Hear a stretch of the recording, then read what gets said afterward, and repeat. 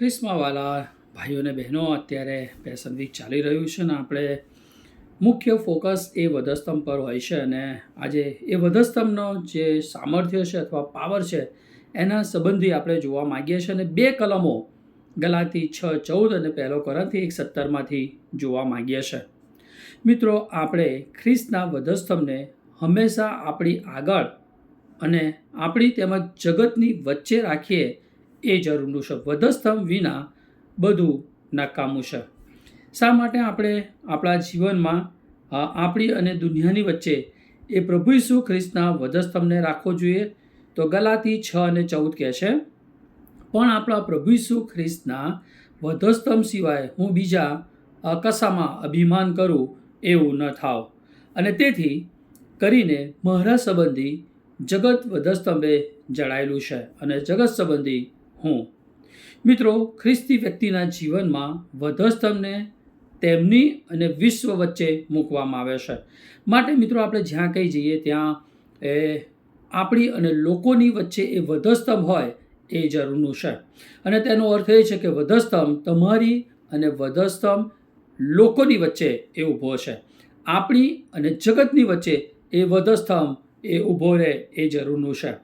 એનું મુખ્ય કારણ દુનિયામાં ઘણી બધી એ લોભામણી એ બાબતો છે જે આ મારા અને તમારા જીવનને એ વસ્તુઓ અસર કરે છે, જે આપણને ખ્રિસ્ત અને સ્વર્ગથી દૂર લઈ જાય છે.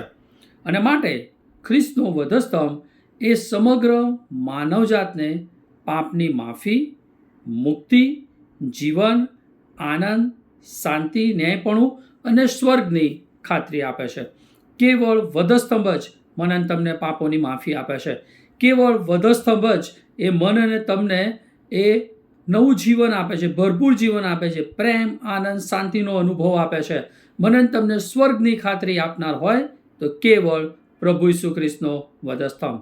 અને એટલા માટે ખ્રિસ્તનો વધસ્તંભ એ મારા માટે, તમારા માટે અને સમગ્ર જગતને માટે એ અગત્યનો છે, જે આપણી અને વિશ્વ વચ્ચે ઊભો રહેવો જોઈએ, કે જે આપણને દુનિયાવી જે વાનાઓ છે, અનંતકાળિક મૃત્યુ છે, તેની અસરથી એ રક્ષણ પૂરું પાડે છે. સાથે ખ્રિસ્તનો વધસ્તંભ એ જગતને વધસ્તંભે જળવાના માટે આપણને મદદરૂપ બને છે. વધસ્તંભ જ એકમાત્ર છે કે જે મન અને તમને એ દુનિયાવી પાપ છે, આકર્ષણો છે અને મરણથી, અનંતકાળિક મરણ જે નર્કમાં થવાનું છે, નર્કમાં રહેવાનું છે, એનાથી મને તમને બચાવે છે. માટે આ કલમ દ્વારા આપણે પ્રશ્ન કરીએ આપણી જાતને કે શું મેં એ જગતને વધસ્તંભે અને જગત સંબંધી હું વધસ્તંભે જડાયો છું? એ પ્રશ્નનો આપણે હકારાત્મક જવાબ મેળવીએ. મિત્રો, 1 કોરિન્થી 1:17 કહે છે, કારણ કે બાપ્તિસ્મા કરવા માટે નહીં, પણ સુવાર્તા પ્રગટ કરવા માટે ખ્રિસ્તે મને મોકલ્યો. એ કામ વિદ્વતાથી ભરેલા ભાષણથી નહીં, રખે નહીં, ખ્રિસ્તનો વધસ્તંભ વ્યર્થ જાય. મિત્રો, વધસ્તંભનો સંદેશ શું છે? વધસ્તંભ મને અને તમને કયો સંદેશો આપે છે? તો પ્રભુ ઈસુ સમગ્ર જગતના પાપોને માટે એ વધસ્તંભ પર મૃત્યુ પામ્યા. કારણ કે પાપને લીધે એ મરણ આવ્યું અને મરણને હરાવવાને માટે પ્રભુ ઈસુ ખ્રિસ્ત એ વધસ્તંભ પર મરણ પામ્યા.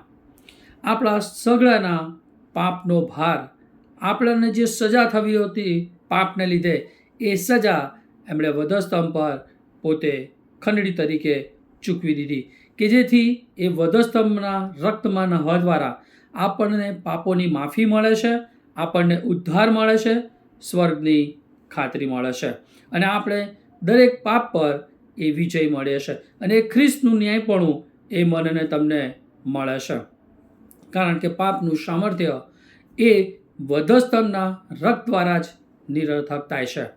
એ તમામ શક્તિઓ એ જે પાપની છે એ વધસ્તંભ આગળ એ તૂટી જાય છે. પાપે કે છે આખા જગત પર રાજ કર્યું, પણ જ્યારે કાલ્વરીની ટેકરી પાસે આવ્યું ત્યારે પાપનું જે સામર્થ્ય હતું એ નિરર્થક થયું, એ પાપ એ ઠંડુ પડી ગયું અને ખ્રિસ્તનો વધસ્તંભ આપણને અનંતકાળિક જીવન અને સ્વર્ગની ખાતરી આપે છે. શું મિત્રો, તમે વધસ્તંભના સંદેશને કે જેમાં પાપોની માફી અને ઉદ્ધાર છે તેને સ્વીકાર્યો છે ખરો? ઈશ્વરનું સામર્થ્ય એ શું છે? તો સામર્થ્ય આપણામાં કે આપણા કોઈ પણ કાર્યમાં નથી. સામર્થ્ય એકમાત્ર ખ્રિસ્ત પાસેથી જ આવે છે, જે આપણને પવિત્ર જીવન જીવવા માટે મદદરૂપ બને છે.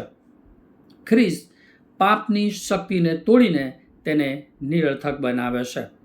પાપના બંધનમાંથી કેવળ ઈશ્વરનું સામર્થ્ય જ એ મને અને તમને, આખા જગતને એ છોડાવવાને માટે સમર્થ છે. ખ્રિસ્ત આપણા જીવનને લેશે અને તેને સંપૂર્ણપણે બદલી નાખે છે.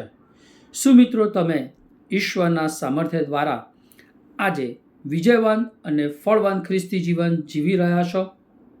એક વખત નાના બાળકે પ્રભુ ઈસુ ખ્રિસ્તને પ્રશ્ન કર્યો કે પ્રભુ, તમે મને કેટલો પ્રેમ કરો છો? ત્યારે પ્રભુ ઈસુ ખ્રિસ્તે આટલો નહીં, પણ પોતાના બંને હાથો પ્રસારીને કહ્યું કે હું તારા માટે વધસ્તંભ પર મરણ પામ્યો.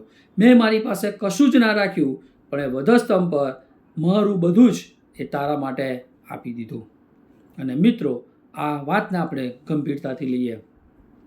પ્રભુ ઈસુ ખ્રિસ્તે વધસ્તંભ પર બધું જ આપી દીધું છે.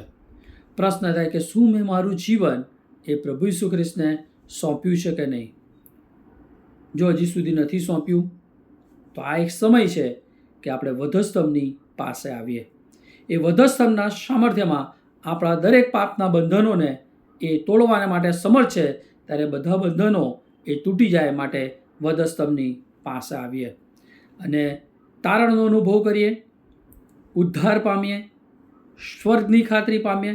સાથે સાથે આ જીવનમાં એમના પ્રેમનો અનુભવ કરીએ. એમની જે અદ્ભુત અજાયબ એવી શાંતિ છે, એમાં સલામતી છે, એમાં જે અનેરો આનંદ છે, એનો અનુભવ કરીએ અને આપણે પ્રભુને પસંદ પડે એવું જીવન જીવીએ. આપણે ઉદ્ધારનો અનુભવ પ્રાપ્ત કરીએ અને બીજાઓ પણ ઉદ્ધાર પામે માટે આપણે એક કાર્યમાં આપણે સામેલ થઈએ કે જેથી કરીને આ વધસ્તંભના સામર્થ્ય દ્વારા આપણે ઉદ્ધાર પામીને બીજાઓ પણ ઉદ્ધાર પામે એ સામર્થ્ય બીજાઓ સુધી લઈ જઈએ. પ્રભુ આ બાબતને સમજવાને માટે અને કાર્ય કરવાને માટે આપણ સર્વની સહાયને મદદ કરે. આમેન.